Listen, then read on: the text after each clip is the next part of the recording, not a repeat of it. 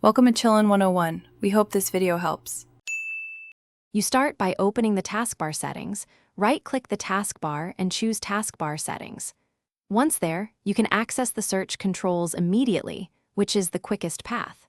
Make sure you have an administrator account if you intend to change deeper options later. If you prefer a quicker toggle, Windows 10 offers a search submenu on right-click.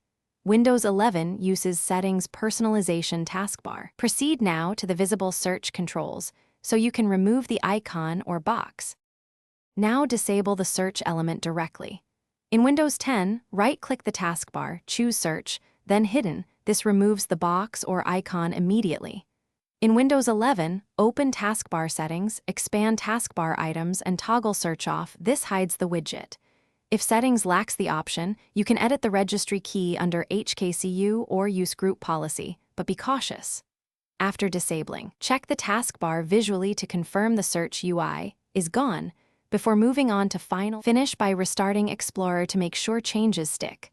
Open Task Manager, select Windows Explorer, then restart. If you use the registry or group policy, sign out and sign back in or reboot. If search still appears, revert any registry edits from your backup.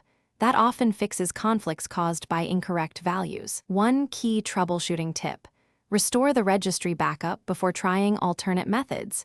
It prevents lingering issues and lets you retry the settings route safely, so make sure to back up first. Thanks for watching. Consider subscribing if we helped you.